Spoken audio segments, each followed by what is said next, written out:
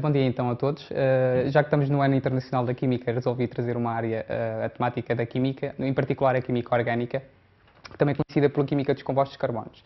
Vou começar por referir que, por acaso, as duas designações, Química Orgânica e Química dos Compostos de Carbónico, formalmente até estão incorretas. Isto porque a Química Orgânica pressupõe que é a química que provém dos organismos, extraída dos organismos vivos, e que a Química dos Compostos de Carbónico provém. Eu pressuponho que os compostos orgânicos têm todos na sua constituição o elemento carbono, o que, por exemplo, o CO2, como todos nós conhecemos, tem carbono na sua constituição e não é um composto orgânico. Esta temática aqui porque é uma área da química extremamente recente, comparada com muitas outras. Surgiu no final do século XVIII, em particular em 1777, quando foi proposto por um químico alemão, Olaf Bergman, que propôs a separação entre a química orgânica e a química inorgânica. Ele referiu ainda que os compostos orgânicos eram aqueles que eram extraídos de organismos vivos e que os compostos inorgânicos eram extraídos dos minerais. Outros químicos tiveram uma importância enorme no desenvolvimento da química orgânica, vou só referir alguns.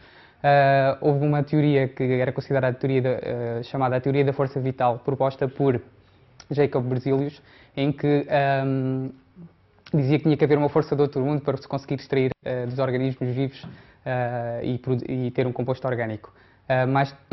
Perdão, esta teoria veio a ser refutada por aquele que é considerado o pai da síntese química dos compostos orgânicos, o Friedrich Wöhler, quando sintetizou, sem querer, quando estava a fazer uma determinada experiência, sintetizou a ureia, que é um dos constituintes da nossa urina.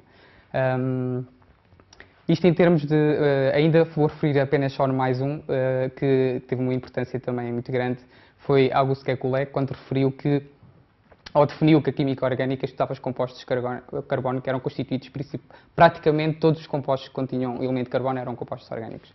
Mais tarde, isto só para verem que, apesar de ser muito recente, houve um crescimento exponencial da química orgânica a este ponto que conhecem cerca de 200 mil compostos inorgânicos contra 7 milhões de compostos orgânicos. Todos nós conhecemos exemplos. Nós estamos vestidos com compostos orgânicos. Por exemplo, eu trouxe este saco de plástico, é um polímero que também é um composto orgânico. Eu trouxe também, há bocado fui beber café, eu não bebo café com açúcar. E o açúcar é um composto orgânico. Esta garrafa, o plástico é um composto orgânico contra um composto inorgânico que nós temos, que é a água.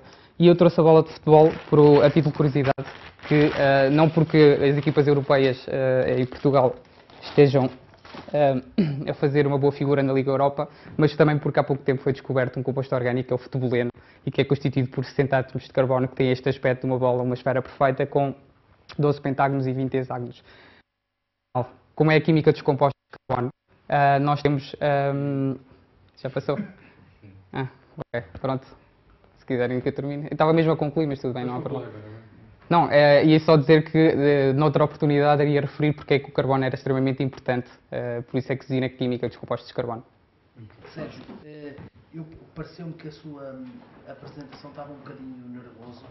Sim. Pareceu-me que poderia ter simplificado alguns dos conceitos que apresentou, tentar com mais exemplos simplificar. De qualquer forma, pareceu-me que o tema era interessante, mas eu acho que ele precisa de ser trabalhado melhor para cativar mais o público.